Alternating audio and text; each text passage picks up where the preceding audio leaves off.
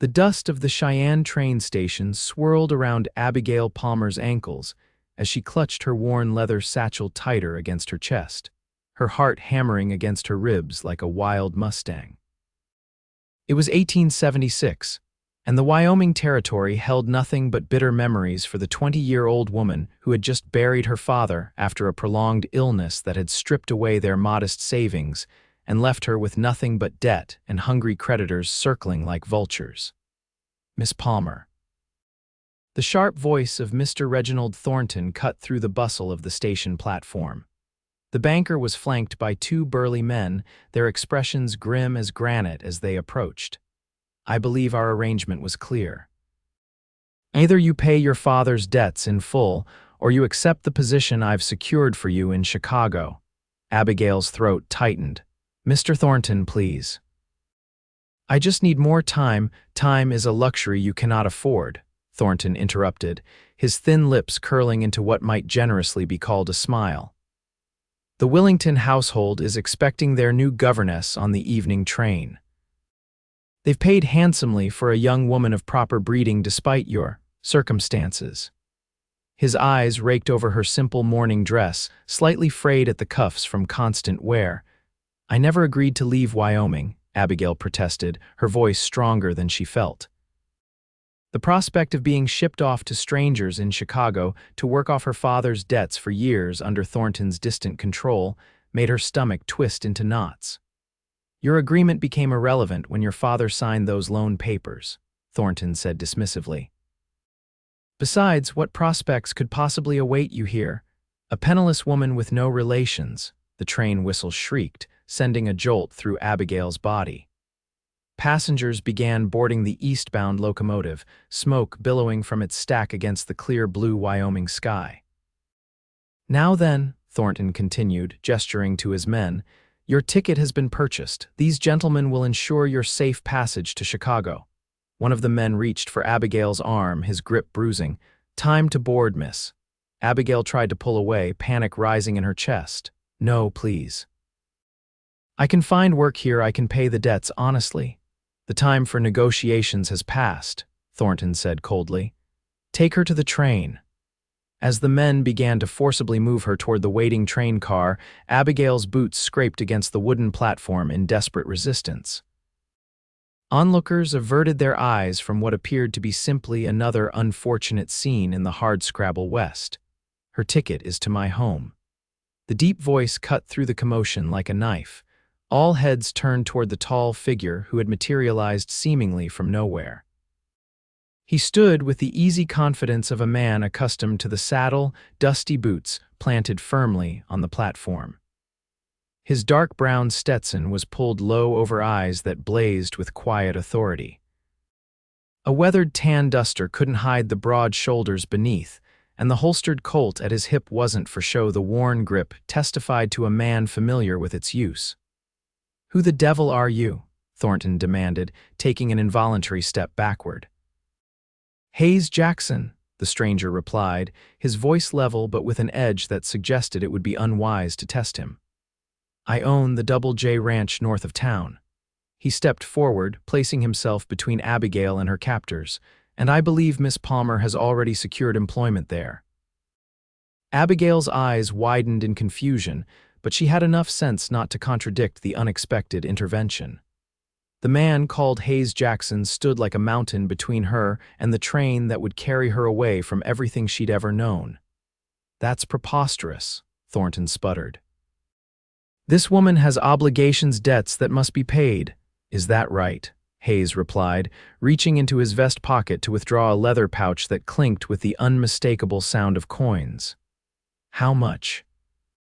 The question hung in the air, and Abigail watched in disbelief, as the rancher's calm demeanor seemed to unsettle Thornton more than any show of aggression might have done. The matter is considerably more complex than it always is with men like you, Hayes interrupted. Name your price or produce the loan documents here and now. Thornton's face flushed red. $238 plus interest. Without hesitation, Hayes counted out gold coins into the banker's reluctant palm. $300, that should cover any interest you've invented. Thornton's fingers closed around the gold, his expression a mixture of avarice and frustration. "This is highly irregular, Jackson. The arrangements were already changed," Hayes finished for him. "The lady stays in Wyoming. Whatever agreement you had is concluded. I suggest you catch that train yourself if you have business in Chicago." The train whistle blew again, more insistent this time. Final boarding was announced. Thornton glared at Hayes, then at Abigail, before tucking the money into his coat pocket. "Very well. But the banking community has a long memory, Jackson. And you, Miss Palmer," he paused, seeming to reconsider whatever threat he'd been about to issue. With a curt nod, he turned and gestured for his men to follow him away from the platform. Abigail stood frozen, her mind struggling to comprehend what had just happened as the train began to pull away from the station in a cloud of steam and coal smoke. She turned to face her unexpected savior, suddenly aware of how vulnerable her position remained.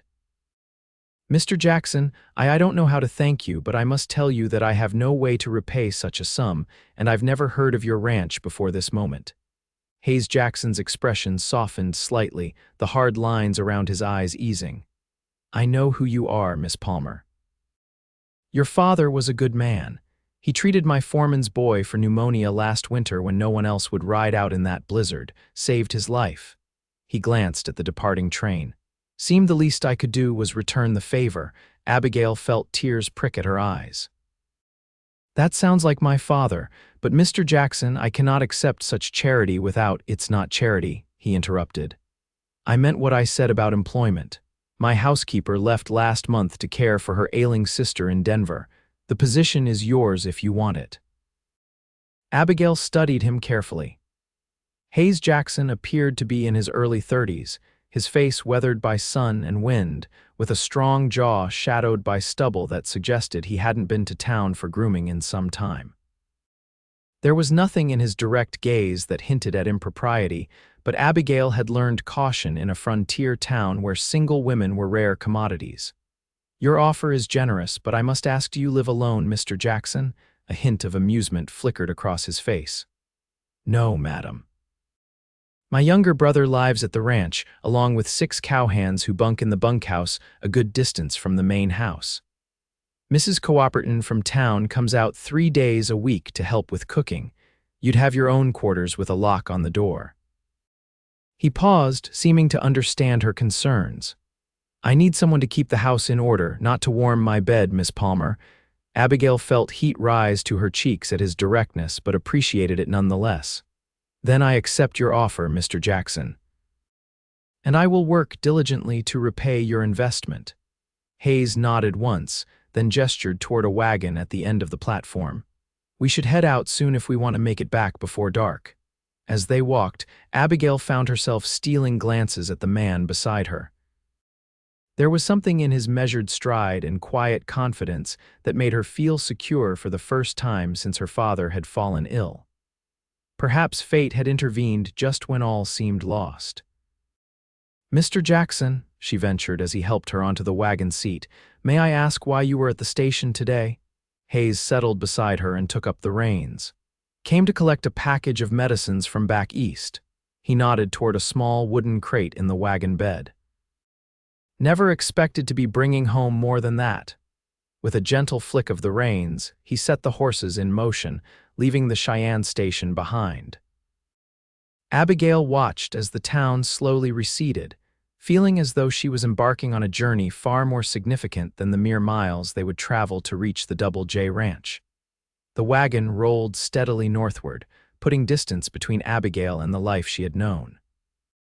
As the town disappeared behind them, she found herself studying the Wyoming landscape with new eyes, not as the familiar backdrop of her struggles, but as the setting for whatever uncertain future awaited her. "It's about 2 hours to the ranch," Hayes said, breaking the silence that had settled between them. "We'll cross the creek just before sundown if the weather holds." Abigail nodded, trying to quell the anxiety that bubbled beneath her composed exterior. "I've never been north of Cheyenne before. My father's practice kept us close to town." Dr. Palmer was well respected, Hayes replied, his eyes fixed on the trail ahead. "People came from all over the territory to see him, Some said he could have had a fine practice back east, but he chose to stay where he was needed most. He always said medicine wasn't about comfort, but about purpose, Abigail said softly, the familiar ache of grief tightening her throat. Though I think my mother's grave kept him in Wyoming as much as anything else. Hayes glanced at her, his expression softening. Lost her young, didn't you? I was 12, typhoid fever. Abigail smoothed her skirts, a habit when uncomfortable subjects arose. Father never remarried, though half the widows in Cheyenne would have accepted him in a heartbeat. Some wounds don't heal enough for that, Hayes said, his voice carrying a weight that suggested personal understanding. The wagon hit a rut, jostling them both. Hayes steadied her with a strong hand on her arm, withdrawing it quickly once she'd regained her balance. The brief contact left a warmth that lingered despite the cool autumn air. "And what of your family, Mr. Jackson?" Abigail asked, hoping to move the conversation to safer ground. "You mentioned a brother, Holt. He's 24, fancies himself quite the horse trainer." A hint of fondness crept into Hayes's voice. "Our parents passed within a year of each other when he was still a boy, been just the two of us since then." "I'm sorry for your loss," Abigail said. Hayes acknowledged her sympathy with a slight nod. "Life out here takes as much as it gives. You learn to make peace with that, or you don't survive." They fell into silence again as the wagon continued its journey. The late afternoon sun cast long shadows across the rolling prairie, painting the landscape in hues of gold and amber. In the distance, a small herd of pronghorn antelope grazed, lifting their heads briefly as the wagon passed before returning to their meal. "Beautiful creatures," Abigail murmured. "Territory's full of them," Hayes replied.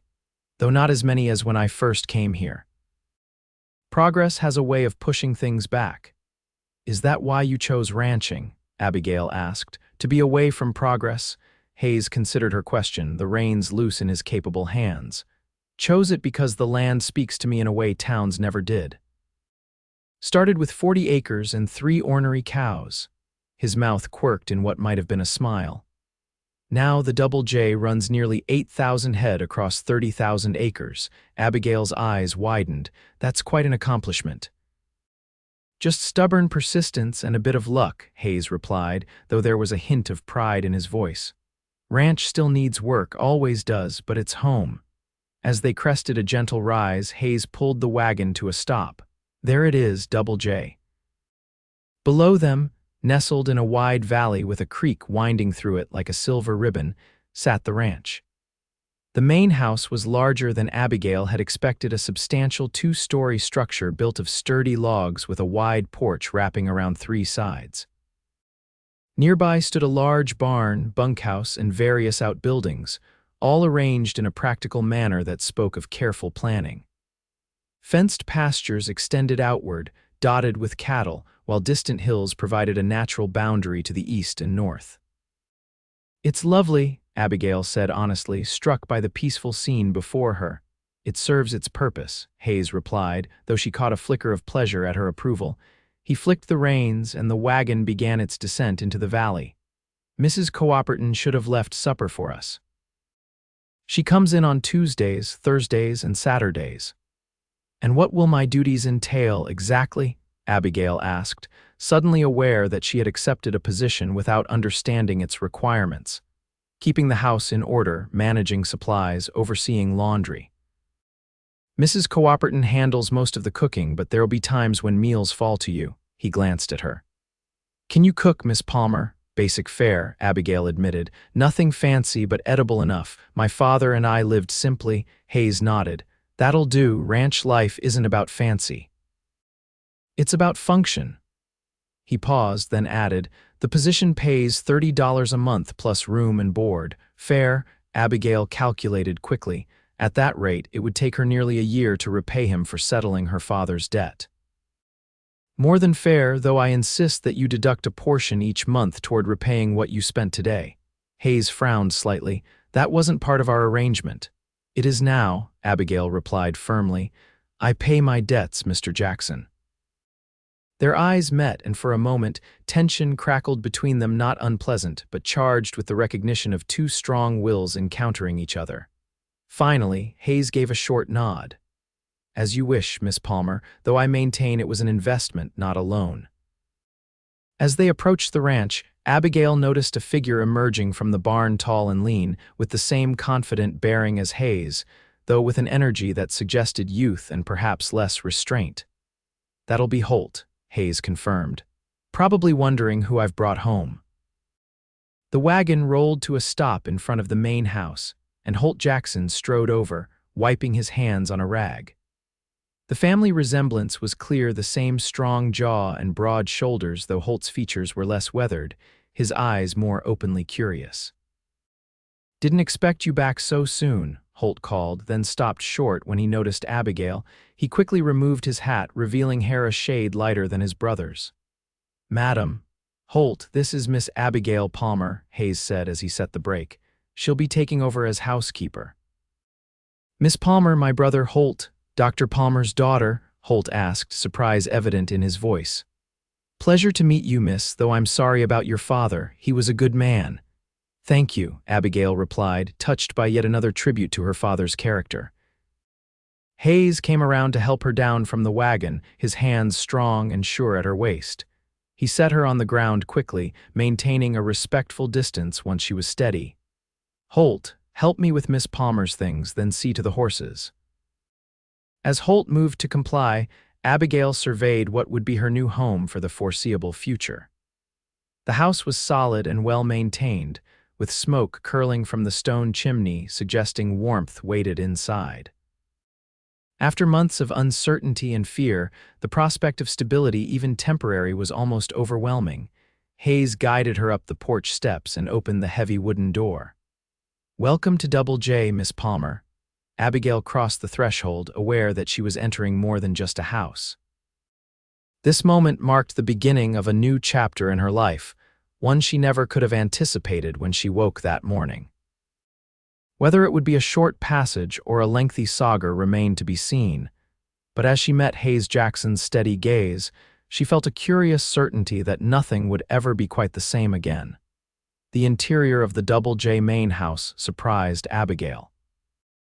Rather than the sparse, utilitarian space she had expected from a bachelor rancher, she found herself in a well-appointed home.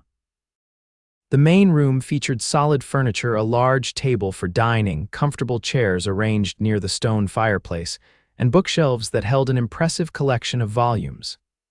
"My mother's influence," Hayes explained, noticing her expression as she examined the room. She believed a proper home needed more than just walls and a roof. "She had excellent taste," Abigail said, running her fingers over the polished surface of a sideboard. Hayes hung his hat on a peg by the door. "Let me show you to your quarters." He led her through the house, pointing out the kitchen, study, and pantry on the main floor before taking her upstairs. The second story held 4 bedrooms, the master at one end of the hall, Holt's room adjacent to it, a guest room, and finally, at the opposite end, the housekeeper's quarters.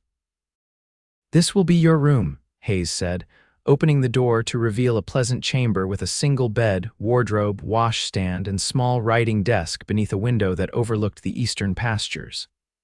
"It's not large, but it's private. The door has a lock, as promised." Abigail stepped inside, immediately noting the fresh linens on the bed and the cleanliness of the space. "It's lovely, Mr. Jackson, more than adequate. Mrs. Cooperton prepared it last week, hoping we'd find someone soon." He remained in the doorway, maintaining a proper distance. "I'll have Holt bring up your belongings. Supper should be on the stove. Mrs. Cooperton usually leaves something that can wait for our return." As if summoned by his words, Holt appeared in the hallway with Abigail's satchel and a small trunk that contained the few possessions she had managed to keep after settling most of her father's affairs. "Thank you," she said as Holt set her things inside the room. "My pleasure, Miss Palmer," Holt replied with a warm smile that revealed a dimple in his right cheek. "If you need anything else brought up, just say the word." "I believe this is everything," Abigail said, trying not to feel embarrassed by how little she had to show for 20 years of life. "We'll let you get settled," Hayes said. "Take your time. When you're ready, come down for supper." The brothers withdrew, and Abigail closed the door behind them, leaning against it as the events of the day washed over her. Just hours ago, she had been facing a future of indentured servitude in Chicago. Now she stood in a comfortable room in a prosperous ranch house, employed but not captive, indebted but not enslaved. She moved to the window, gazing out at the ranch as the setting sun painted the landscape in deepening shades of purple and gold. In the distance, cowboys were bringing in a small herd of cattle, their silhouettes dark against the twilight sky. It was beautiful in a wild, untamed way that spoke to something deep within her. After washing her face and hands in the basin and changing into her second-best dress, a simple blue cotton that had faded with washing but was still presentable, Abigail made her way downstairs. She followed the aroma of cooking to the kitchen, where she found both Jackson brothers waiting at the table. Hayes stood when she entered, an old-world courtesy that seemed at odds with his rugged appearance. "Miss Palmer, I hope you found everything to your satisfaction." "Yes, thank you," she replied, slightly flustered by the formality. "Please don't stand on ceremony for me. I'm your employee after all." "You're also a lady," Hayes said simply, holding a chair for her. The meal was simple but hearty, a pot of beef stew that had been simmering all day, fresh bread that Mrs. Cooperton had baked before leaving, and apple preserves that Hayes mentioned came from trees planted by his mother years ago. Conversation flowed more easily than Abigail had expected. Holt carried much of it, sharing stories about the ranch and asking polite questions about her life in Cheyenne. Hayes spoke less but listened intently, his gray eyes observant beneath brows that frequently furrowed in thought. "So you assisted your father in his practice?" Holt asked as they finished their meal. "That must have been fascinating work." "It was," Abigail agreed, "though not always pleasant. Father believed I should understand medicine as more than just books and theory. I learned to clean wounds, set simple fractures, deliver babies, and comfort the dying." She paused, aware that such topics might not be considered suitable dinner conversation. "I apologize if that's too direct." "No need to apologize for honesty," Hayes said. "Practical skills are valued here. Life on a ranch doesn't allow for delicate sensibilities." Hayes once stitched up his own leg after a run-in with a barbed wire fence, Holt offered with a grin. 7 stitches, neat as you please, though he walked with a limp for weeks after. "The alternative was bleeding out 20 miles from town," Hayes replied matter-of-factly. "You do what needs doing." Abigail studied him with new interest. "That takes considerable fortitude, Mr. Jackson, and skill." "Just determination," he said, though she caught a flicker of something like pleasure at her assessment. "And a steady hand." After the meal, Holt excused himself to check on a mare that was close to foaling, leaving Abigail alone with Hayes. She rose to clear the table, but he waved her back to her seat. "Not tonight, you've had a long day." He poured coffee into 2 cups, sliding one toward her. "Tomorrow is soon enough to begin your duties." Abigail wrapped her hands around the warm cup. "I prefer to be useful, Mr. Jackson." "Hayes," he corrected. "If we're to share a home, Mr. Jackson will become tiresome quickly." "Hayes," she repeated, testing the familiarity of it. "Then you must call me Abigail." He nodded, though something in his expression suggested the informality didn't come easily to him. "Tell me, Abigail, what would you have done if I hadn't intervened today?" The directness of the question caught her off guard. I'm not certain. I had hoped to find work in Cheyenne, perhaps as a teacher's assistant or in the new hospital they're building. But Mr. Thornton was determined to send me to Chicago." "Why was he so insistent?" Abigail hesitated, uncomfortable with the direction of the conversation. "My father treated his son last year a private matter. I believe Mr. Thornton felt my father charged too much for discretion that should have been a gentleman's agreement." She met Hayes's gaze steadily. The debt was real, but the terms were punitive. Understanding dawned in Hayes's eyes. "Some men use power because they lack character," he said quietly. "You won't face that here." "I never thought otherwise," Abigail replied honestly. They sat in comfortable silence for a moment, the ticking of the clock on the mantel the only sound in the room. Outside, darkness had fallen completely, and the vast Wyoming sky had transformed into a canopy of stars visible through the kitchen window. "I should retire," Abigail said finally. What time would you like breakfast served? We rise early here, 5 o'clock. But tomorrow, sleep as long as you need. Mrs. Coopperton left provisions for morning as well. Abigail stood, straightening her skirts. 5 o'clock is perfectly acceptable. I'm accustomed to early hours. Hayes rose as well, his height more apparent as he stood near her. Then I'll bid you good night, Abigail. Good night, Hayes. She turned to leave, then paused at the door. And thank you not just for today, but for this opportunity. I won't disappoint you. Something flickered in his eyes, a warmth that hadn't been there before. I never thought you would. Abigail made her way back to her room, her mind full of the day's extraordinary events.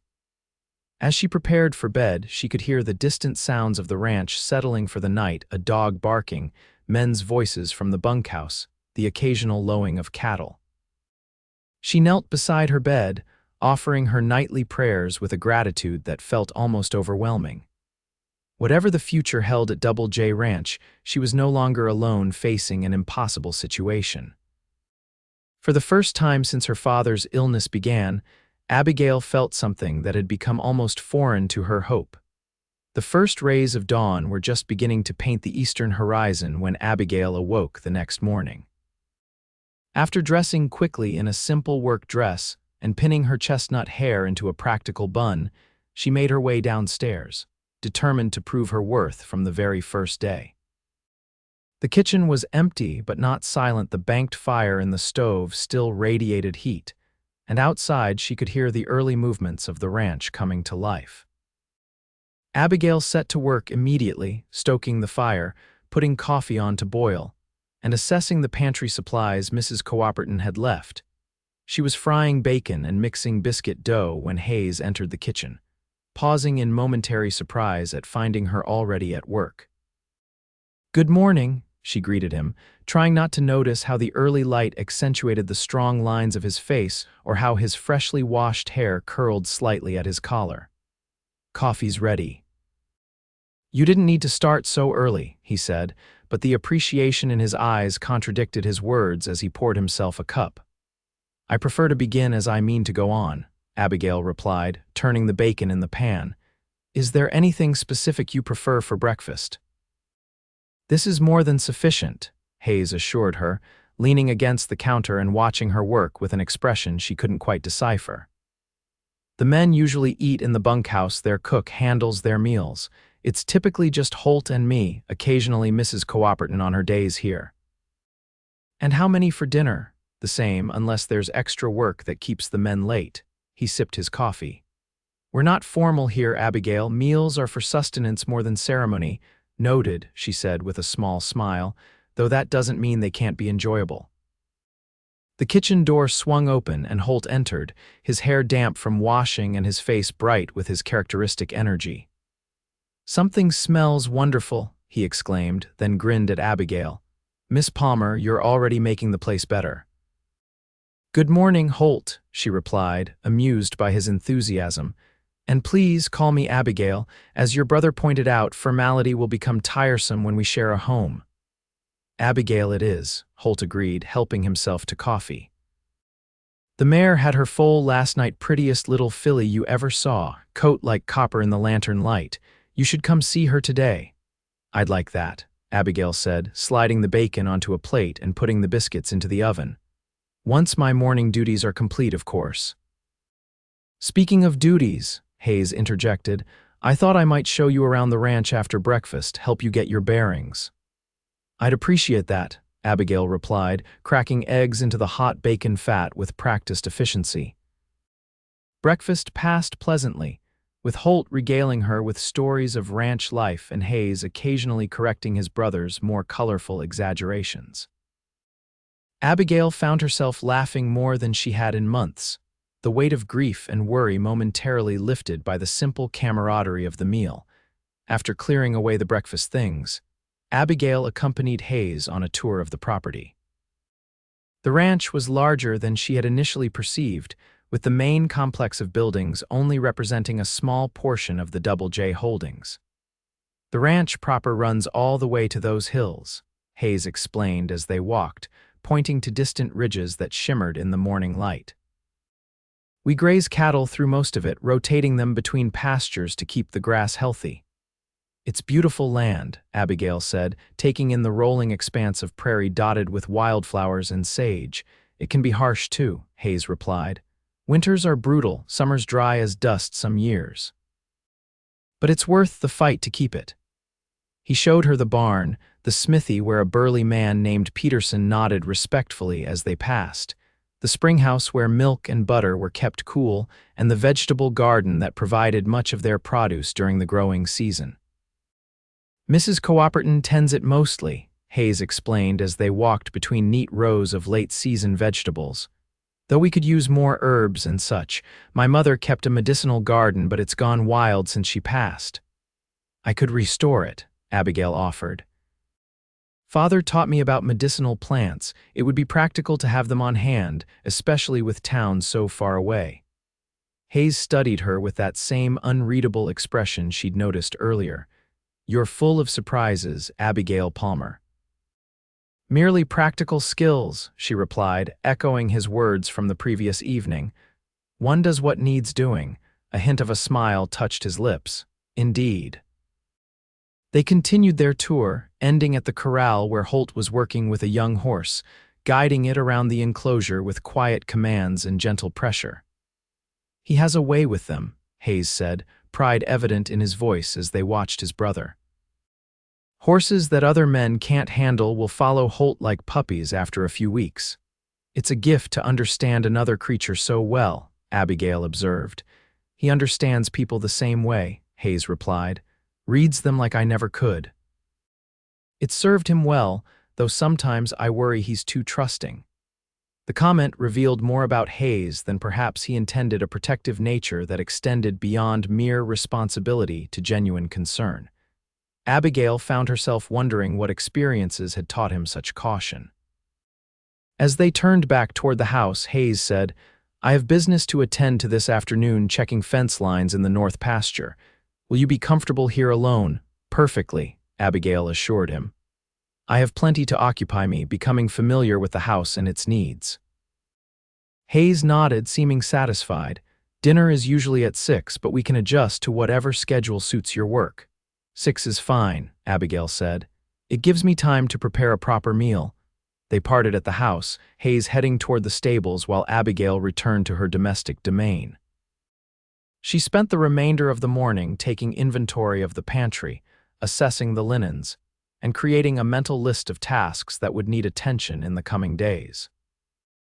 The house was well maintained, but showed signs of having lacked a woman's touch for some time. Dusty corners overlooked, curtains that needed washing, floors that could use a good scrubbing. By mid-afternoon, she had swept every room, dusted the main living areas, and started bread for dinner.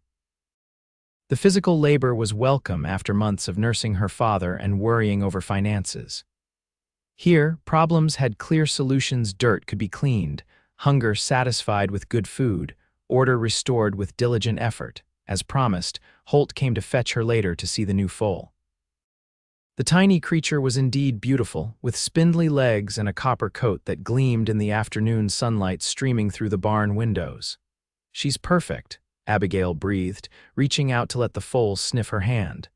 We'll call her Penny for that copper color, Holt decided. What do you think? It suits her, Abigail agreed, charmed by both the foal and Holt's obvious delight in sharing this moment with her. Hayes says you know about medicinal plants, Holt said as they walked back toward the house. That'll be useful out here. Last winter, Peterson got a bad chest infection, and we had to ride through a blizzard to fetch medicine from town. I could prepare some basic remedies to have on hand, Abigail offered. Tinctures for fever, poultices for wounds, syrups for cough, simple things that might help until proper medical attention can be obtained. Hayes will appreciate that, Holt said. He takes responsibility for everyone on this ranch, worries more than he lets on. Abigail glanced at him, struck by the insight. You're very perceptive about your brother. Holt shrugged, his expression growing more serious than she had yet seen it. Had to be. After our parents died, Hayes changed, took everything on his shoulders. Sometimes I think he forgets there's more to life than duty. Before Abigail could respond to this revelation, they had reached the house, and Holt excused himself to return to his work. She watched him go, thinking about his words and the man who had so unexpectedly altered the course of her life. Dinner that evening was a simple but satisfying affair: roast beef with vegetables from the garden, fresh bread still warm from the oven, and an apple cobbler that Abigail had prepared using preserved fruit from the cellar. The Jackson brothers expressed their appreciation with hearty appetites and genuine compliments. "This is the best meal I've had in months," Holt declared, helping himself to a second serving of cobbler. "Mrs. Coopperton is a fine cook, but this," he gestured with his spoon, "this is something special." "My mother's recipe," Abigail explained, pleased by their enjoyment. She believed simple ingredients prepared with care were better than elaborate dishes done poorly. "A wise woman," Hayes said, his eyes meeting hers across the table. "And her daughter appears to have inherited that wisdom." The compliment warmed Abigail more than it should have, and she busied herself with clearing plates to hide the flush she felt rising to her cheeks. Hayes Jackson was her employer, she reminded herself firmly. Whatever flutter his approval caused in her chest was inappropriate and best ignored. Yet as the evening progressed, with the three of them sitting comfortably by the fire while Holt read aloud from a dog-eared copy of The Three Musketeers, Abigail found herself stealing glances at Hayes. In the firelight, his features softened, the lines of care less pronounced. Once she caught him looking back at her, his expression thoughtful before he returned his attention to his brother's reading. That night, as Abigail prepared for bed, she reflected on how quickly life could change. 2 days ago, she had been desperate and alone. Now she was part of a household, not family, certainly, but something more than merely an employee. There was a comfort in that belonging, tentative though it might be. She fell asleep to the distant sound of coyotes calling to each other across the prairie, a lonesome sound that somehow seemed less melancholy than it had back in town. Here, wildness was not something to fear, but simply another part of the tapestry of ranch life, beautiful in its way, and honest in its nature. Days at the Double J Ranch quickly settled into a rhythm for Abigail. She rose before dawn to prepare breakfast, spent mornings attending to household tasks, afternoons either helping Mrs. Coopperton on the days she came or working in the garden she was gradually reclaiming from neglect, and evenings preparing dinner for the brothers before they would often gather in the main room for reading or conversation. 2 weeks after her arrival, Abigail was in the kitchen preparing lunch when Hayes entered, his expression more serious than usual. "I need to ride into Cheyenne tomorrow," he announced. "Supply order came in, and there are some banking matters that require attention." Abigail nodded, trying to ignore the slight unease that the mention of town provoked. "Of course. Would you like me to prepare anything special for your return?" Hayes hesitated, then said, "Actually, I thought you might accompany me. There must be things you need that we don't have here, and—" He paused, seeming uncharacteristically uncertain. "It occurred to me you might want to visit your father's grave." The kindness of the gesture caught Abigail off guard, bringing a sudden thickness to her throat. "That's very thoughtful of you," she managed after a moment. "I would appreciate the opportunity." "We'll leave after breakfast," Hayes said. "It's a full day's journey there and back, so we'll need an early start." The next morning dawned clear and cool, a perfect autumn day for traveling. Abigail dressed with care in her best remaining dress, a dark green wool that brought out the amber flecks in her brown eyes, and secured her hair more formally than she typically did for ranch work. Hayes was waiting by the wagon when she emerged from the house, and something in his expression as he looked at her made Abigail acutely aware of her appearance in a way she hadn't been since arriving at the ranch. "You look very nice," he said simply, helping her onto the wagon seat. "Thank you," she replied, smoothing her skirts. It seemed appropriate for town. The journey to Cheyenne passed pleasantly, the Wyoming landscape stretching around them in golden autumn splendor. Conversation flowed more easily between them now, the initial awkwardness of their arrangement having melted into a comfortable familiarity over the past weeks. Holt tells me you've been restoring Mother's herb garden, Hayes remarked as they traveled.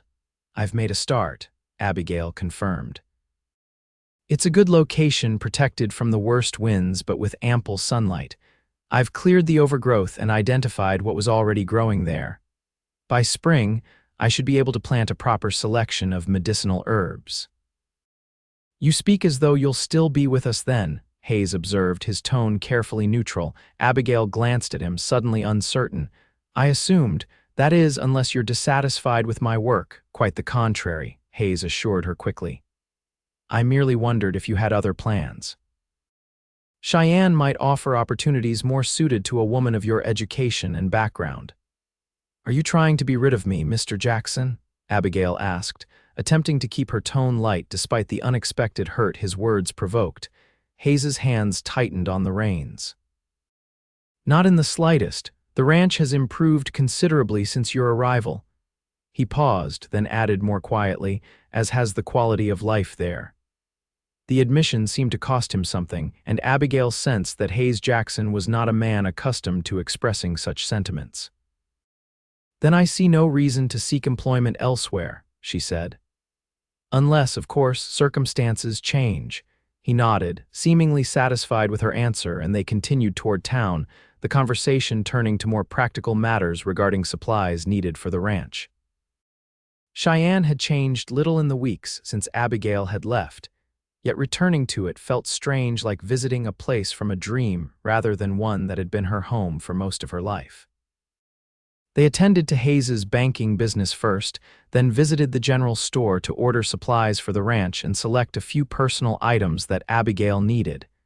Get whatever you require, Hayes instructed her as they entered the store.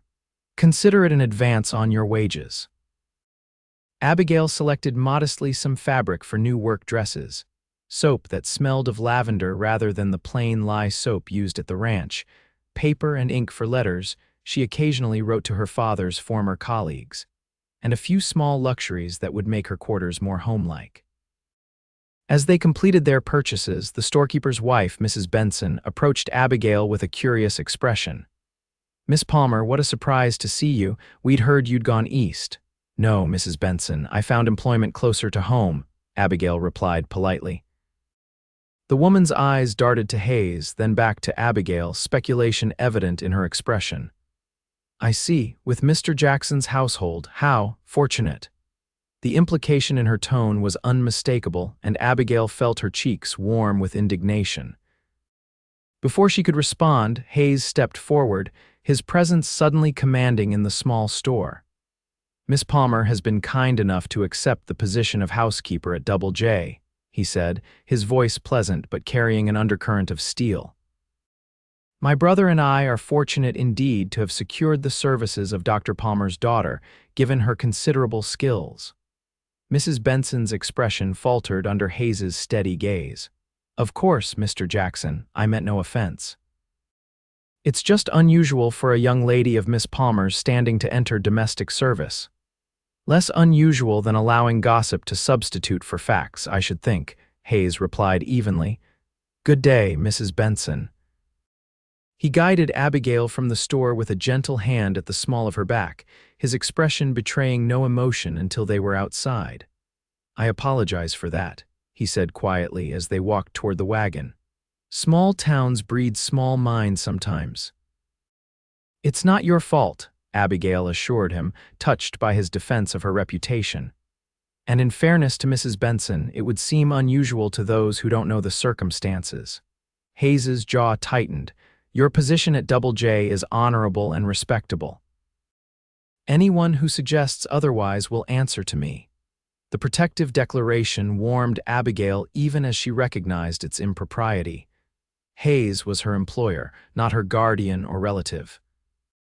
Yet something in the way he had stepped forward to defend her suggested a concern that went beyond professional obligation. After loading their purchases into the wagon, Hayes suggested they visit the cemetery before starting the journey home. The small graveyard on the outskirts of town was peaceful in the afternoon sunlight, the autumn breeze rustling through the grass that grew between modest markers and more elaborate tombstones. Abigail led the way to her father's grave, a simple granite headstone that read, Dr. James Palmer, 1830–1876, healer, father, man of honor. Beside it was an older stone marking her mother's resting place. Hayes remained a respectful distance away as Abigail knelt between the graves, her fingers tracing the carved letters of her father's name. I miss you both, she whispered. But I'm safe now and doing well. I think you would approve. After a few moments of silent communion, she rose and rejoined Hayes, who was studying the cemetery with a pensive expression. Your parents are buried here too, aren't they? She asked softly. He nodded, gesturing toward a small rise where two granite markers stood side by side beneath a cottonwood tree. Would you like to see? They walked together to the Jackson plot, where Hayes removed his hat as they stood before his parents' graves. Thomas and Eleanor Jackson, he said quietly. Married 40 years, died within 8 months of each other. Father's heart gave out first. Mother followed after a winter illness, though Holt always said she died of a broken heart. They must have loved each other very much, Abigail observed. They did, Hayes confirmed. Taught me what a marriage should be, equal partners facing life together. He paused, adding almost to himself, it's a high standard to meet. The personal admission surprised Abigail, revealing a depth of feeling beneath Hayes's typically reserved exterior. Is that why you never married? She asked before she could consider the propriety of such a question. Hayes glanced at her, not offended but thoughtful. Partly. Running the ranch consumed most of my attention after they died, and I never met a woman who. He trailed off, then finished simply, the right opportunity never arose. They stood in companionable silence for a moment longer before Hayes suggested they start for home if they wanted to arrive before full dark. As they left the cemetery, Abigail felt a curious sense of transition, as though the visit had allowed her to honor the past while acknowledging that her life was moving in a new direction. The return journey was quieter, both of them absorbed in their own thoughts as the wagon rolled northward. The sun was beginning its descent toward the western horizon, casting long shadows across the trail and bathing the landscape in golden light. Thank you for today, Abigail said as the ranch finally came into view in the distance. For everything. Hayes glanced at her, the setting sun highlighting the strong planes of his face. You're welcome, Abigail. Something in the way he said her name, a softness that hadn't been there before, sent a flutter through her chest that had nothing to do with the cooling evening air. Abigail looked away, reminding herself again of her position and the impropriety of the feelings that had been growing within her since her arrival at Double J.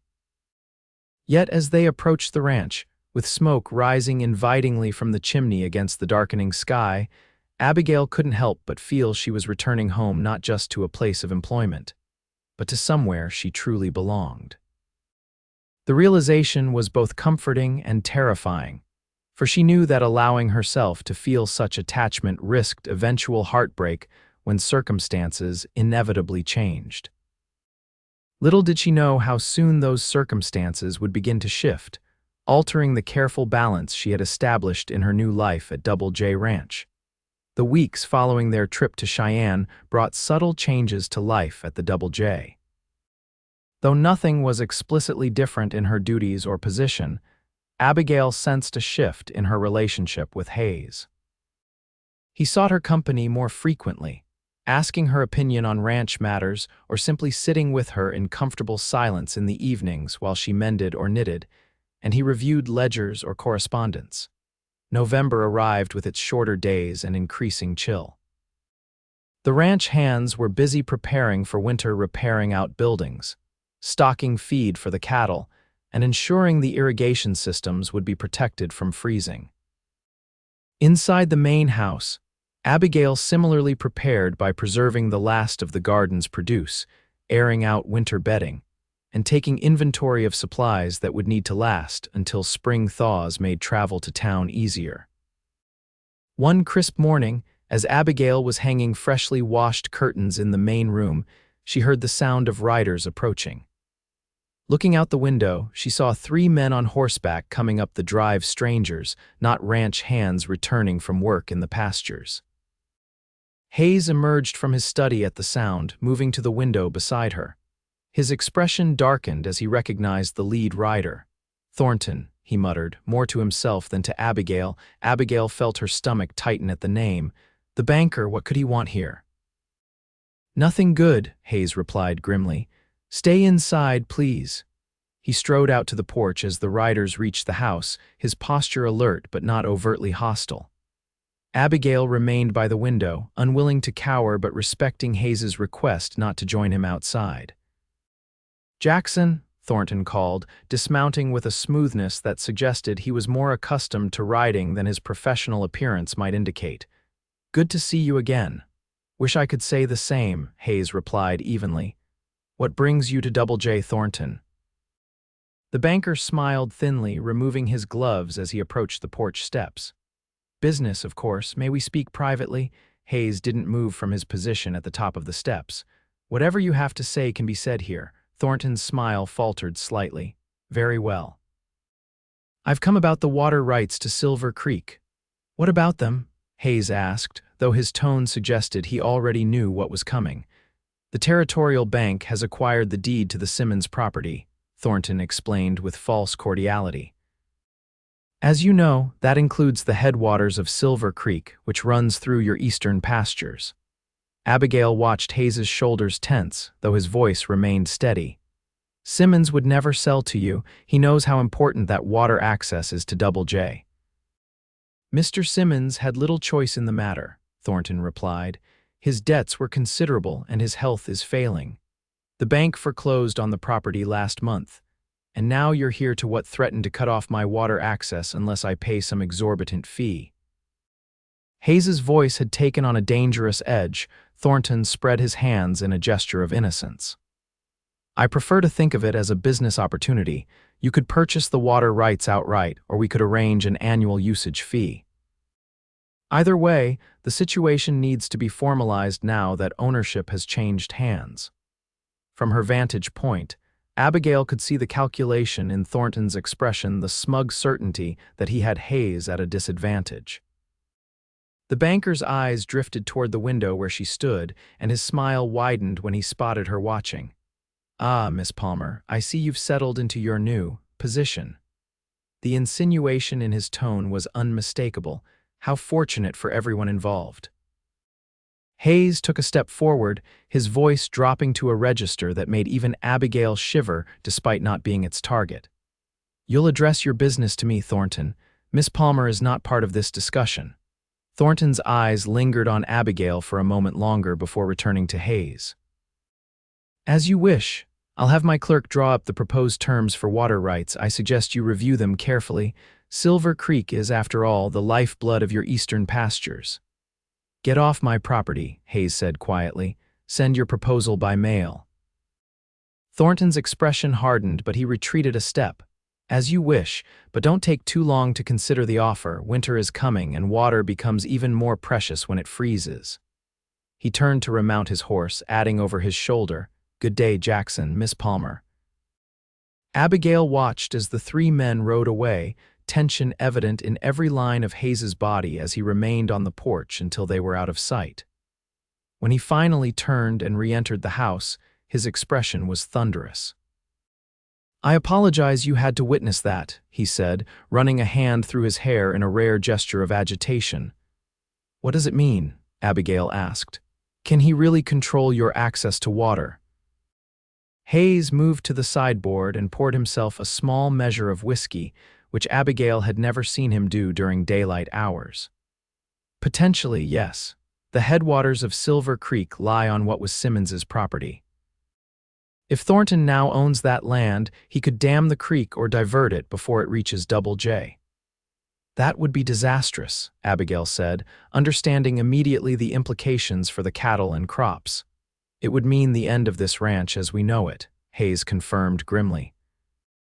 "The western pastures have their own water source, but it's not enough to support our full operation.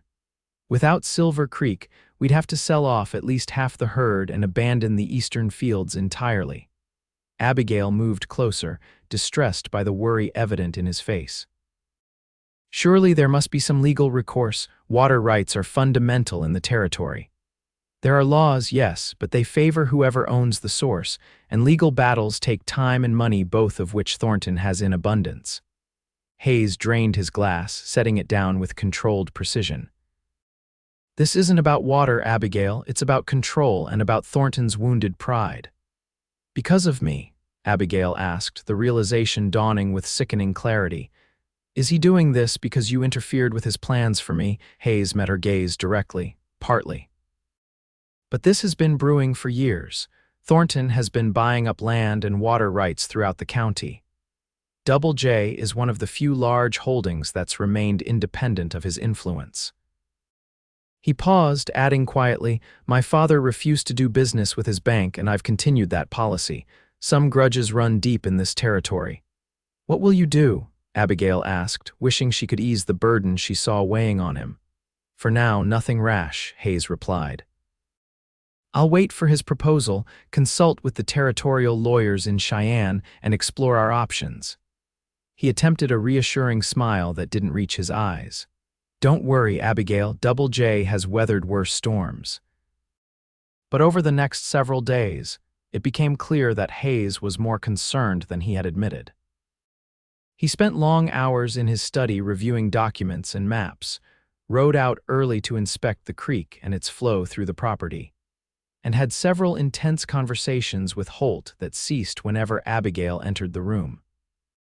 A week after Thornton's visit, Holt found Abigail in the kitchen preparing dinner.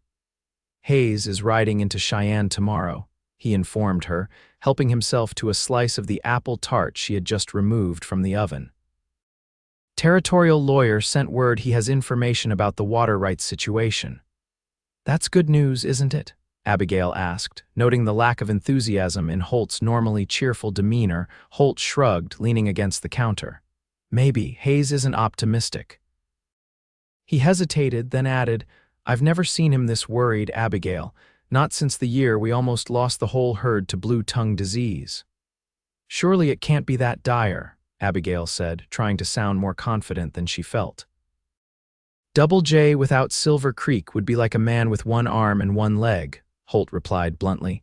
We'd survive, but it wouldn't be the same ranch. He studied her face for a moment, then said quietly, he cares what you think, you know, more than he lets on. Abigail felt her cheeks warm at the implication.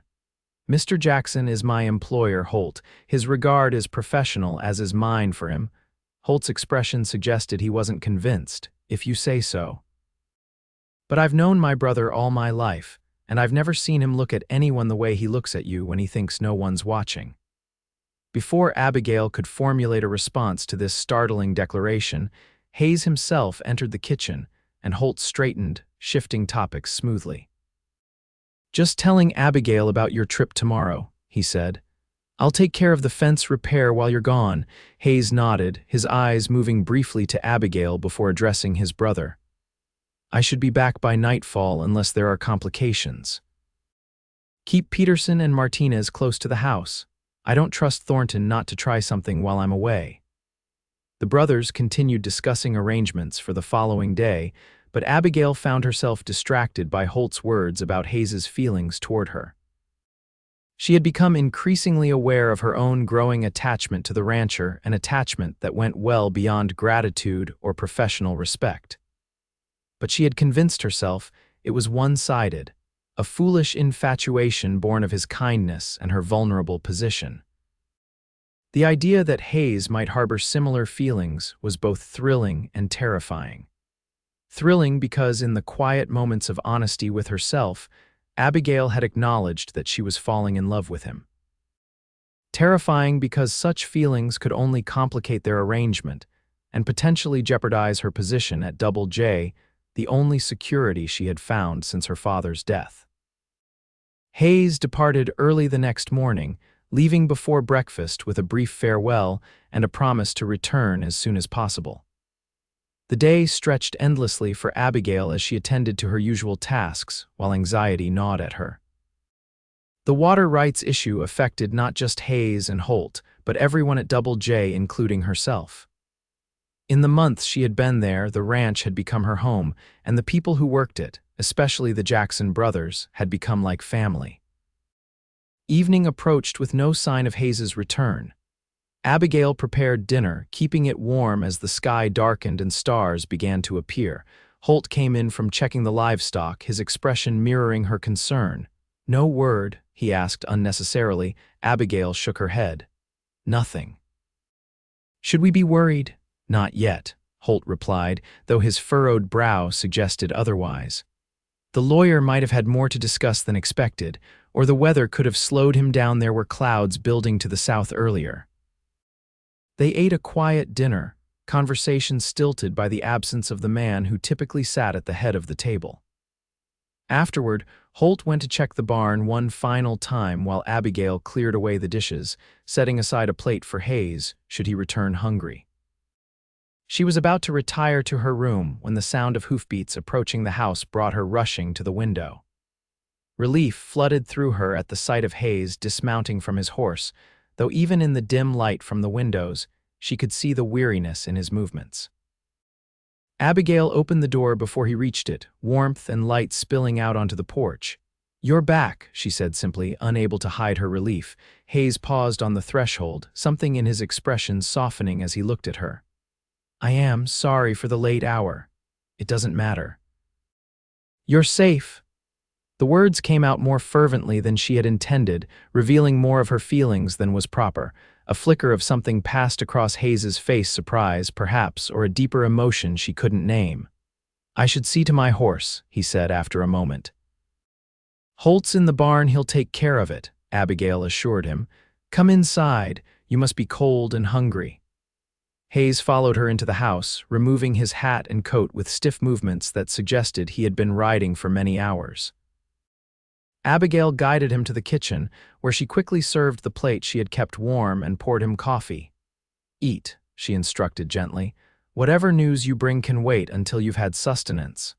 Hayes obeyed with a faint smile, watching her as she moved about the kitchen. "You're good at taking care of people, Abigail.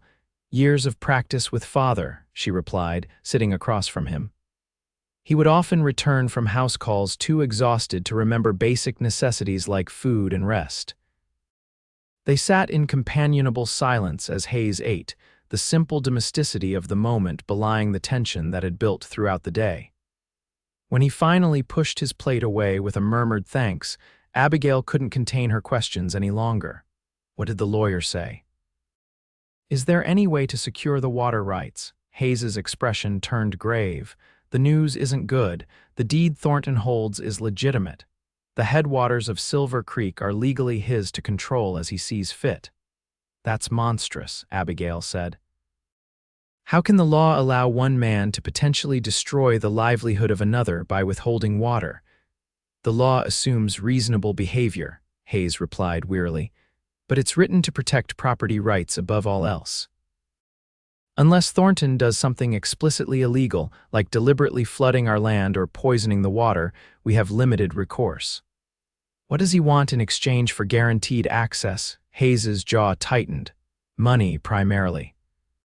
His initial proposal is for $5,000 to purchase permanent water rights." Abigail gasped at the sum. "That's an enormous amount, more than Double J can afford without selling off significant assets," Hayes confirmed grimly. "The alternative is an annual fee of $800 for water usage rights that could be revoked at his discretion." "It's extortion," Abigail said, indignation rising within her. "It's business, according to Thornton." Hayes ran a hand through his hair, the gesture revealing his frustration. "The lawyer suggested we might negotiate the terms down, but ultimately, Thornton holds the stronger position legally." Holt entered the kitchen, his expression brightening at seeing his brother safely returned. "You're back." "What's the verdict?" Hayes repeated the lawyer's assessment, with Holt's expression growing increasingly troubled as he listened.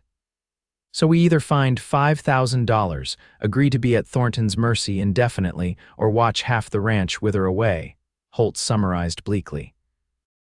"Those are our only options?" "Not necessarily," Hayes replied, a new resolve evident in his voice. "There might be another way. The lawyer mentioned that the territorial legislature is considering new water rights laws that would protect downstream users. If we can delay Thornton long enough for those laws to pass, How long would that be? Abigail asked. Spring session at the earliest, Hayes admitted. And there's no guarantee the laws will pass in a form that would help us. So we need time, Holt mused. Can we afford to pay the first year's fee while we work on a more permanent solution? Hayes nodded slowly. It would strain our resources, but yes, we could manage 800 for 1 year. The question is whether Thornton would accept that arrangement without further guarantees. The three of them sat in contemplative silence, the gravity of the situation weighing heavily in the warm kitchen. Outside, the wind had picked up, rattling the windows with the promise of coming winter, a harsh season made all the more threatening by the uncertainty now facing Double J. "We'll find a way," Abigail said finally, her voice firm with a conviction she wanted desperately to feel. "This ranch has survived drought, disease, and hardship. It will survive Reginald Thornton, too." Hayes looked up at her, something like hope kindling in his eyes. "Your confidence is a comfort, Abigail." "It's not mere confidence," she replied. "It's faith in you and what you've built here and what you stand for." Their eyes held for a long moment, an unspoken current passing between them that made Holt clear his throat and rise from the table. "I should check on that new calf once more before turning in," he announced, though Abigail suspected it was merely an excuse to give them privacy. After Holt departed, a charged silence filled the kitchen. Hayes studied Abigail with an intensity that made her heart quicken. "You've become essential to this place," he said quietly, "to all of us." Abigail felt a flush rise to her cheeks at the unexpected declaration. "I've only done what was needed." "No," Hayes said, shaking his head. "You've done far more than that. You've brought life back to this house, warmth and care that had been missing for too long." He hesitated, then added, "I find myself unable to imagine Double J without you now." The admission hung between them, freighted with meaning beyond the simple words. Abigail's breath caught in her throat as Hayes reached across the table, his hand covering hers in a gesture both tentative and deliberate. "Hayes," she began, uncertain what she meant to say, but feeling the need to acknowledge the shift occurring between them. "I know this isn't the right time," he said softly. "With everything uncertain and your position here, I wouldn't want you to think I expect anything because of our arrangement." "I would never think that of you," Abigail assured him, turning her hand beneath his so their palms met. "You've been nothing but honorable since the moment we met." Hayes's fingers closed around hers, the calluses on his palm a testament to years of hard work. "My feelings for you have nothing to do with your role as housekeeper, Abigail." They began that day at the train station when you stood so bravely against impossible odds. Abigail's heart seemed to swell within her chest, joy and trepidation mingling in equal measure. "I've tried to tell myself it was inappropriate, that I was confusing gratitude with deeper emotions. But the truth is, I've come to care for you in a way I never expected." A smile transformed Hayes's face, erasing the worry lines and revealing the handsome man beneath the weight of responsibility he typically carried. "Then we find ourselves in the same predicament." A predicament. Abigail echoed, unable to keep from smiling in return. What else would you call it when a man discovers he's falling in love with a woman whose circumstances make any declaration of that love seem potentially self-serving? Falling in love. The words echoed in Abigail's mind, sweeter than any she had ever heard. "Perhaps we could call it fortunate timing instead," she suggested. "After all, had we met under different circumstances, we might never have had the opportunity to know each other as we do now." Hayes stood, drawing her gently to her feet without releasing her hand. "You have a gift for finding hope in difficult situations, Abigail Palmer." "Hope is easier to find when you're not facing challenges alone," she replied softly. They stood close now, the kitchen table no longer between them. Hayes reached up with his free hand to gently touch her cheek, his eyes searching hers for permission. Abigail leaned slightly into his touch, her heart racing with anticipation. When his lips finally met hers, the kiss was gentle and questioning, a beginning rather than a demand. Abigail responded with equal tenderness, her hand coming to rest against the solid warmth of his chest. Feeling the strong heartbeat beneath her palm, the kiss deepened, becoming a promise of feelings too complex for words. When they finally parted, Hayes kept her close, his forehead resting against hers as they shared the same breath. "Whatever happens with Thornton, with the ranch, this is real," he murmured. "I need you to know that." "I do," Abigail assured him, overwhelmed by the certainty she felt in this moment despite all the uncertainty surrounding them. "And I'll stand with you, Hayes Jackson, through whatever comes next." Outside, the wind continued to blow across the Wyoming prairie, carrying the first hints of snow on its breath. But inside the kitchen of Double J Ranch, a warmth had kindled that no winter storm could extinguish, a beginning in the midst of potential endings, and a hope that burned brighter than fear. The following morning brought both snow flurries and a letter from Thornton, delivered by a bank messenger who departed quickly after handing the envelope to Holt at the barn. The formal document inside outlined terms even more stringent than Hayes had described the night, before demanding either immediate payment of the full $5,000 for permanent water rights or an initial payment of $1,000 by December 1st for the first year's access, with annual payments thereafter.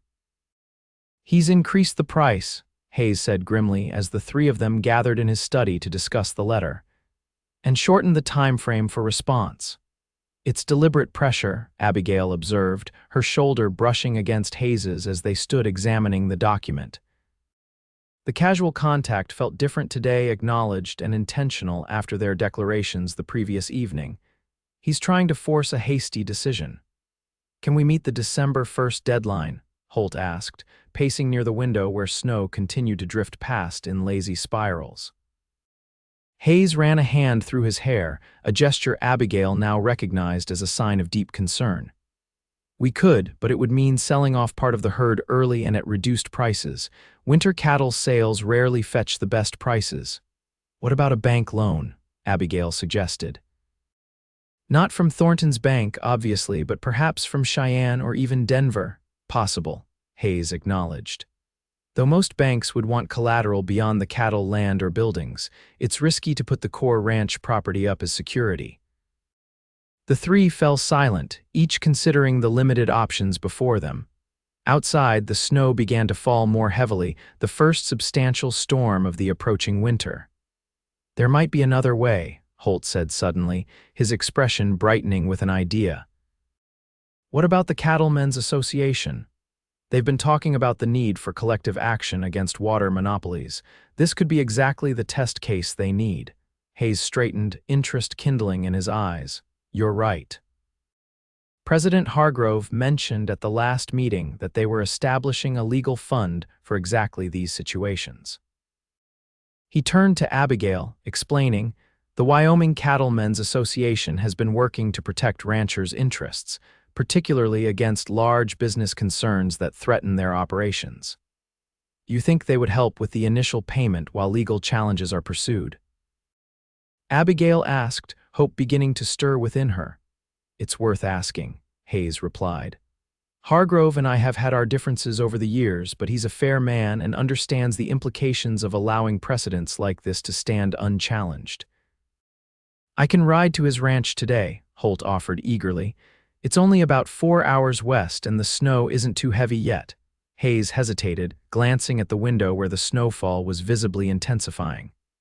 "I don't like the look of this storm, Holt. Maybe we should wait until it passes." "December 1st is only 2 weeks away," Holt countered. "And if Hargrove agrees to help, he'll need time to convene the association leadership. I'll take thunder he's sure-footed in snow. If the weather worsens, I can always stop at the Coleman place overnight." After further discussion, Hayes reluctantly agreed to Holt's plan. Within the hour, his younger brother was bundled against the cold and mounted on Thunder, a sturdy buckskin gelding well-suited to winter travel. Abigail packed food for the journey while Hayes provided Holt with detailed instructions on what to convey to Hargrove. "Be careful," Abigail said as she handed Holt the provisions. "No water rights are worth your safety." Holt grinned down at her from the saddle, his breath forming clouds in the cold air. "Don't worry about me. Worry about my brother. He's intolerable when he's anxious." He leaned down slightly, adding in a stage whisper, though perhaps you've found ways to improve his disposition. Abigail felt her cheeks warm despite the cold, and Hayes, overhearing the comment, shot his brother a warning look. Ride safely, Holt. We expect you back within 3 days. With a final wave, Holt urged Thunder forward, his figure quickly becoming indistinct in the swirling snow. Hayes and Abigail remained on the porch until he disappeared from sight, their shoulders touching in a silent sharing of concern. He'll be fine, Hayes said, though Abigail suspected he was reassuring himself as much as her. Holt knows this territory better than most men twice his age. Of course he will, Abigail agreed, slipping her hand into Hayes's. Come inside. There's nothing to be gained by standing in the cold. The storm intensified throughout the day, developing into the first significant blizzard of the season.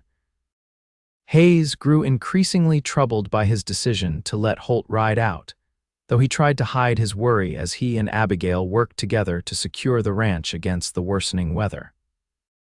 By evening, the snowfall was so heavy that the barn was barely visible from the house, and Hayes had to string guide ropes for the ranch hands to safely navigate between buildings.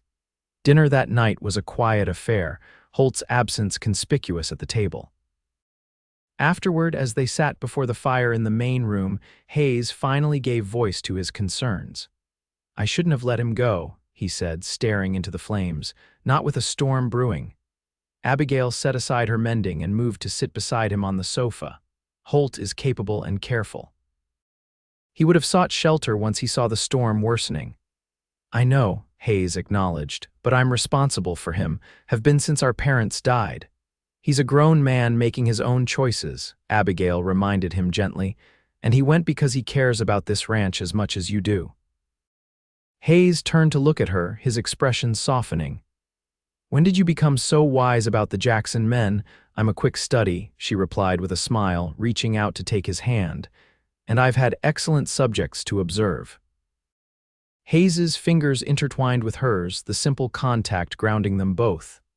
I never expected this, he said quietly. When I intervened at the train station that day, I only meant to help the daughter of a man I respected. I never imagined that you would end up with an opinionated housekeeper who challenges your decisions and falls in love with you despite her better judgment. Abigail finished for him, her tone lightly teasing despite the significance of the words.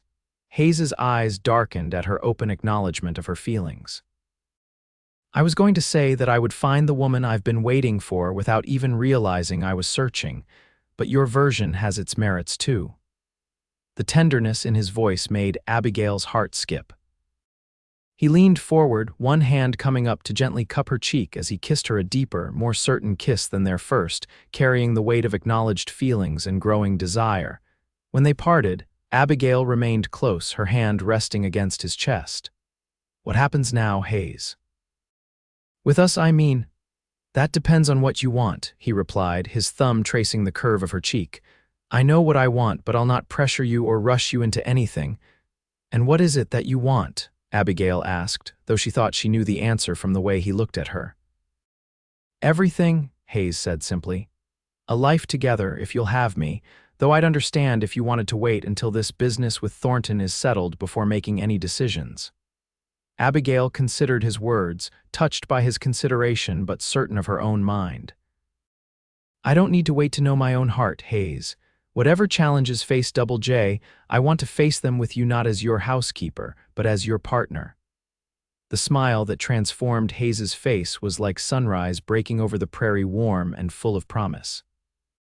Then when this is resolved, I'll court you properly, Abigail Palmer, and if you still feel the same way then, I'll ask you to be my wife. The declaration, though expected, still sent a thrill through Abigail. I would like that very much, she whispered, leaning forward to seal the promise with another kiss. The howling wind outside seemed distant and unimportant as they sat together before the fire, talking of their hopes and plans for the future, a future that still faced significant obstacles, but now seemed brighter for being shared. Later that night, as Abigail prepared for bed, she stood at her window watching the snow swirl in the darkness, offering a silent prayer for Holt's safety and for wisdom in the challenges that lay ahead. Despite the uncertainties, a profound peace had settled within her. Whatever came next, she would no longer face it alone. 3 days passed with no word from Holt. The blizzard had finally blown itself out, leaving the ranch blanketed in nearly 2 feet of snow. Hayes grew increasingly concerned, though he tried to maintain a calm demeanor for the sake of the ranch hands and Abigail. On the morning of the 4th day, he announced his intention to ride out in search of his brother. "You can't go alone," Abigail protested as she helped him prepare supplies. "The snow is too deep, and if something has happened to Holt, Peterson and Martinez will ride with me," Hayes assured her. "We'll follow the most likely route and check the Coleman place first. If the snow was as bad there as it was here, Holt would have sought shelter with them." Abigail knew arguing was futile. Hayes would never rest until he knew his brother was safe, but fear clutched at her heart at the thought of him riding out into the treacherous winter landscape. "Promise me you'll be careful," she said, her hands stilling on the provisions she was packing. I couldn't bear it if Hayes pulled her into his arms, cutting off her words with a fierce embrace. "I'll come back to you, Abigail. That's a promise I intend to keep." She clung to him for a moment, drawing strength from his solid presence, then stepped back, determination replacing fear. "You'd better," she said firmly. "We have plans, you and I." A hint of a smile touched his lips. "We do indeed." He kissed her once more, then shouldered the pack she had prepared. "We should be back by tomorrow evening at the latest." "If we're not, I'll send the rest of the men after you," Abigail finished for him. "Though I pray it won't come to that." Hayes nodded, his expression a mixture of pride and concern. "You know what to do if there's trouble while I'm gone." "The rifle is in your study, top drawer of the desk," Abigail confirmed. "I know how to use it, Hayes. Father made sure of that." With a final embrace, Hayes departed to join Peterson and Martinez, who were already preparing the horses for the search. Abigail watched from the porch as the 3 men rode out, their figures growing smaller against the vast white expanse until they disappeared over the northern ridge. The day passed with excruciating slowness for Abigail. She kept herself busy with household tasks, taking inventory of the pantry, baking bread, and preparing meals for the remaining ranch hands who were tending to essential chores around the property. By evening, she had exhausted her list of tasks and found herself pacing restlessly before the fire, straining to hear any sound of returning riders. Night fell with no sign of Hayes or the search party. Abigail kept the lamps burning and the fire well stoked, determined to provide a beacon of light and warmth for their return. She dozed fitfully in Hayes's chair, waking at every creak of the house settling in the cold night air. Dawn broke clear and cold, sunlight sparkling on the pristine snow that stretched unbroken to the horizon. Abigail prepared breakfast mechanically, her mind filled with increasingly worrisome scenarios. By mid-morning, she had decided to organize a second search party when a shout from one of the ranch hands brought her rushing to the porch. In the distance, a group of riders was approaching more than the 3 who had departed the previous day. Abigail shaded her eyes against the glare of sun on snow, heart pounding as she tried to make out familiar figures among the approaching group. As they drew nearer, relief flooded through her at the sight of Hayes at the head of the party, followed closely by Holt, who appeared to be riding double with another man. Behind them came Peterson, Martinez, and 2 strangers on horseback. Abigail flew down the porch steps, heedless of the deep snow, and rushed toward the riders. Hayes dismounted quickly, catching her in his arms as she reached him. "You're back," she breathed, unable to say more as emotion constricted her throat. "As promised," Hayes replied, holding her tightly for a moment before turning toward the others. "And I've brought reinforcements." Holt grinned down at her from his horse, his face weather-beaten but his eyes bright with excitement. "Sorry for the delay, Abigail. Got caught in the storm at Hargrove's place, but it was worth it." The man sharing Holt's horse dismounted with dignified precision despite the awkward arrangement. He was older, perhaps in his 60s, with a neatly trimmed white beard and the bearing of someone accustomed to authority. Miss Palmer, I presume, he said, extending a gloved hand. Gerald Hargrove, president of the Wyoming Cattlemen's Association, your reputation precedes you. Abigail accepted his handshake, puzzled by his comment. My reputation, Mr. Hargrove, indeed, he replied with a twinkle in his eye. Young Jackson here spoke quite eloquently about the lady who's brought new life to Double J, and if you're half as formidable as he claims, I suspect Reginald Thornton has met his match. Bemused, Abigail glanced at Holt, who shrugged innocently. I merely told the truth, he said. That you're as brave as you are beautiful and twice as clever as both combined. Hayes cleared his throat meaningfully, though his expression held more amusement than censure. Perhaps we should continue this conversation inside where it's warm. Our guests have ridden far in difficult conditions. The entire party moved toward the house. Horses led to the barn by the ranch hands while Abigail quickly prepared coffee and food for the unexpected visitors. As they settled in the main room, Hargrove explained the purpose of their visit. The association has voted unanimously to support Double J in this water rights dispute, he announced. We've established a legal fund to challenge Thornton's claim, and we're prepared to advance the initial payment to secure your access while the case proceeds. That's incredibly generous, Hayes said, surprise evident in his voice. I hadn't expected such immediate support. Hargrove's expression turned serious. It's not mere generosity, Jackson, it's self-preservation. If Thornton succeeds in controlling water access through property acquisition, every ranch in the territory is at risk. The precedent must be challenged now before it becomes entrenched. The second visitor, introduced as Judge William Caldwell from the territorial court, nodded in agreement. I've been reviewing similar cases from Colorado and Montana territories. There's growing legal consensus that natural waterways should be considered common resources, with reasonable access guaranteed to all adjacent landowners. Does that mean Thornton's claim might be invalidated entirely? Abigail asked, hope rising within her. Potentially, the judge replied cautiously, but legal battles take time and the law is still evolving on these matters. In the meantime, the association's support provides Double J with the resources to maintain operations while the case proceeds. The conversation continued through the afternoon, with detailed discussions of legal strategies, potential legislation, and the practical aspects of securing Double J-TK's water access for the immediate future. Throughout it all, Abigail observed Hayes, the tension gradually easing from his shoulders as viable solutions emerged, his natural leadership reasserting itself as he engaged with Hargrove and Judge Caldwell as equals. By evening, a plan had been formalized. The association would provide the funds for the initial payment to Thornton, securing Double J-TK's water access for the coming year. Simultaneously, legal challenges would be filed contesting the validity of exclusive control over natural waterways. Judge Caldwell would help expedite the case, ensuring it received proper consideration during the spring legislative session. As their visitors prepared to depart the following morning after staying the night, Hargrove took Abigail aside for a private word. I've known the Jackson family for many years, Miss Palmer, he said. Thomas Jackson was one of the finest men I ever met, and his sons have carried on his legacy admirably, but I've never seen Hayes as settled as he appears now. The older man smiled kindly. I suspect that has much to do with your presence here. Abigail felt a blush rise to her cheeks.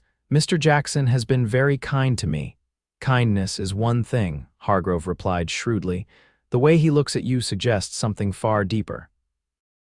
And if I may be so bold, the feeling appears mutual. Instead of denying it, Abigail met the older man's gaze directly. It is, Hargrove nodded, satisfaction in his expression. Good.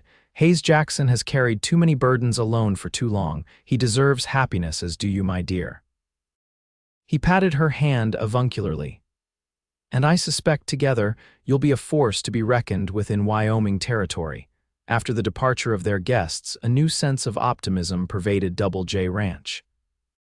The immediate threat to their water access had been addressed, and though the larger battle with Thornton remained to be fought, They now had powerful allies and a clear path forward.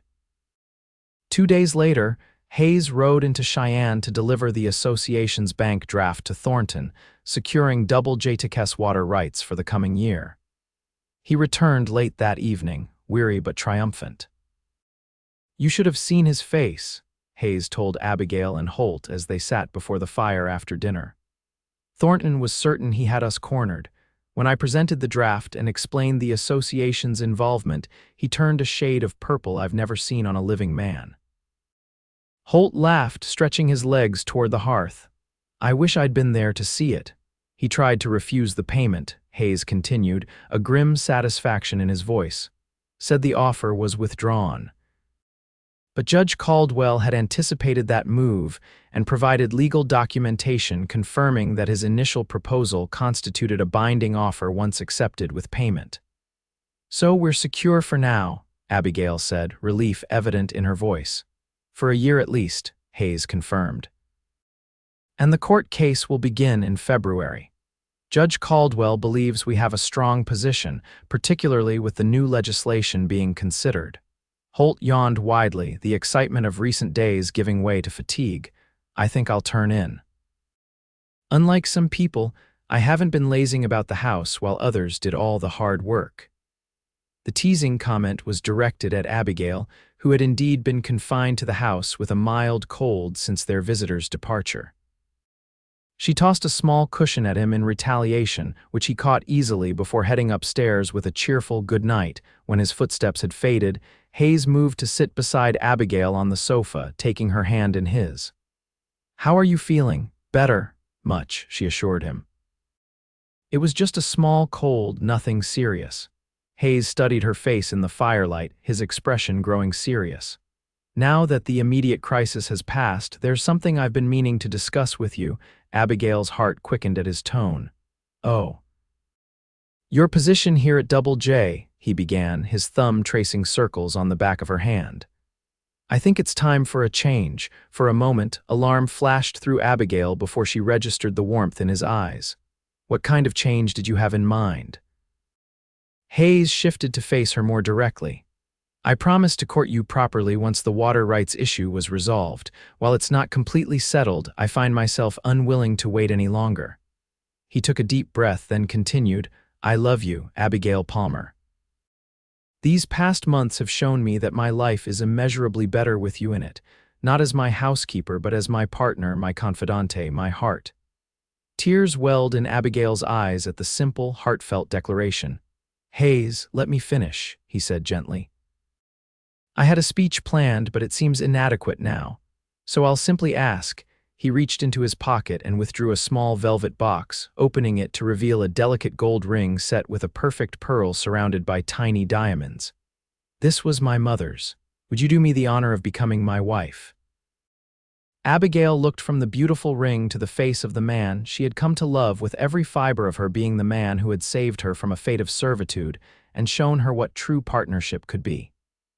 "Yes," she whispered, her voice stronger as she repeated, "Yes, Hayes Jackson. Nothing would make me happier than to be your wife." Hayes slipped the ring onto her finger, where it fit as though made for her. Then he gathered her into his arms, his kiss conveying all the love and promise that words could not adequately express. When they finally parted, Abigail rested her head against his chest, listening to the strong, steady beat of his heart. "From a train ticket to Chicago to a wedding ring," she mused. "Life takes unexpected turns." "The best kind," Hayes replied, his arms tightening around her. "When I said your ticket was to my home that day, I had no idea how true those words would become." "Your home became my home," Abigail said softly, "and now it will be our home truly and completely." Outside, stars glittered in the clear Wyoming sky, their light reflecting off the snow-covered landscape in a display of natural beauty that seemed to celebrate the love that had blossomed against all odds at Double J Ranch. Within the warmth of the house, Abigail and Hayes sat entwined before the fire, the future stretching before them, a future they would face together, come what may. The wedding of Hayes Jackson and Abigail Palmer took place the following spring, after the winter snows had melted and the prairie had burst into a riot of wildflowers. The ceremony was held at Double J Ranch, with Judge Caldwell officiating and the entire community in attendance, from Cattlemen's Association members to ranch hands, from Cheyenne merchants to neighboring farmers. By then, the water rights case had progressed favorably. The territorial legislature had passed new laws protecting downstream access to natural waterways, and Judge Caldwell had issued a preliminary ruling limiting Thornton's ability to restrict water flow from Silver Creek. Though the banker continued to fight the decision through legal channels, his power in the region had been significantly diminished by the collective action of the ranchers he had sought to control. As Abigail stood beside Hayes, exchanging vows beneath an arch of spring blossoms, she thought back to that fateful day at the train station, how close she had come to being forced onto a train bound for a life of servitude, and how one man's intervention had changed everything. "I now pronounce you husband and wife," Judge Caldwell declared, beaming at the couple. "Mr. Jackson, you may kiss your bride." Hayes needed no further encouragement. Drawing Abigail into his arms, he kissed her with a tenderness that belied the strength of his embrace, sealing their union before the assembled witnesses. "Mrs. Jackson," he murmured against her lips as applause erupted around them. Abigail smiled up at him, her heart so full it seemed impossible to contain such happiness. "Mr. Jackson," she replied, the simple exchange carrying the weight of all they had overcome to reach this moment. The celebration continued well into the evening, with feasting, dancing, and heartfelt toasts to the newly wedded couple. Holt, serving as best man, delivered a speech that left few dry eyes in the gathering. "When Hayes told me he'd brought home a housekeeper that day, I never imagined he'd actually brought home the missing piece of our family," Holt said, raising his glass toward Abigail. "But watching you two together these past months, I've come to understand that some journeys are destined from the start, even when they begin with a standoff at a train station." As night fell, lanterns illuminated the ranch yard where couples continued to dance beneath the stars. Hayes led Abigail away from the festivities toward a quiet spot near the garden. She had lovingly restored the medicinal garden that now flourished with healing herbs and flowers. "Happy?" he asked, his arms encircling her waist as they stood together in the fragrant evening air. "Completely," Abigail assured him, leaning back against his chest, though it hardly seems possible that so much could change in less than a year. "Some changes are written in the stars," Hayes replied, his lips brushing her temple. "Like you coming into my life when I needed you most." "I believe we found each other when we both needed it," Abigail corrected gently. "That's what makes our bond so strong." Hayes turned her in his arms, his expression serious despite the joy of the day. "I want you to know something, Abigail. Whatever challenges we face in the years ahead, and there will be challenges, this is Wyoming. After all, I will never regret the day I told Thornton your ticket was to my home." "Nor will I," Abigail whispered, rising on her toes to kiss him beneath the vast Wyoming sky, where stars blazed with the same fierce brightness as the love that had brought them together against all odds. 5 years later, Double J Ranch had prospered beyond even Hayes's ambitious hopes. The water rights battle had been definitively won, with new territorial laws ensuring equitable access for all landowners along natural waterways. Thornton's influence had waned following legal defeats and the exposure of questionable banking practices, leading eventually to his departure from Wyoming Territory altogether. The main house had been expanded to accommodate the growing Jackson family twin daughters, Alina and Margaret, now 3 years old, and infant son Thomas, named for his grandfather. Holt had married Sarah Coleman, daughter of their neighbors, and built a house of his own on the western edge of the property, where he continued to develop his reputation as one of the finest horse trainers in the territory. On a warm summer evening, Abigail stood on the porch watching Hayes return from the pastures, their daughters rushing to meet him with excited squeals as he dismounted and swept them both up into his arms. Thomas slept peacefully in her arms, his tiny features a perfect blend of both his parents. As Hayes approached with a giggling child on each shoulder, the love in his eyes as he looked at Abigail and their son made her heart swell with gratitude for the life they had built together. "Welcome home," she said as he leaned in to kiss her, the greeting a daily ritual that had never lost its meaning. "Best words in the English language," Hayes replied with a smile that still made her pulse quicken after all these years. Later, after the children were asleep, and they sat together on the porch watching the sunset paint the western sky in hues of gold and crimson, Hayes took Abigail's hand, his thumb brushing over the gold band that had joined his mother's ring on her finger. "Do you ever think about what might have happened if I hadn't been at the station that day?" he asked quietly. Abigail considered the question, her mind briefly touching on the alternate path her life might have taken. "Sometimes," she admitted. "But then I look at our children, at this life we've built together, and I know that we were meant to find each other, that every step, even the difficult ones, led us exactly where we were supposed to be." Hayes nodded, his expression reflective in the fading light. "I went to that station for medicine, but found the cure for a loneliness I hadn't even fully recognized." He squeezed her hand gently. "You saved Double J, Abigail, not just from Thornton and his water schemes, but from becoming nothing more than a working ranch. You made it a home again." "We saved each other," Abigail corrected, leaning her head against his shoulder as the first stars appeared in the darkening sky. "And together, we'll keep building this life one day, one challenge, one joy at a time." As night settled over Double J Ranch, bringing with it the familiar chorus of prairie sounds and the deep peace of hard-won contentment, Abigail thought again of that pivotal moment at the Cheyenne train station of desperation, transformed into hope by one man's intervention, and the simple, life-changing declaration that had altered her destiny. "Her ticket is to my home." Not just a home, as it turned out, but a life, a love, and a legacy that would endure long after they were gone, as enduring as the Wyoming landscape that had witnessed their journey from strangers to beloved partners in all things. And in that knowledge, Abigail found the deepest satisfaction of all, that some journeys, though beginning in fear and uncertainty, could lead to destinations more beautiful than anything she could have imagined on that fateful day when Hayes Jackson stepped between her and a future not of her choosing, offering instead a hand to hold through whatever lay ahead.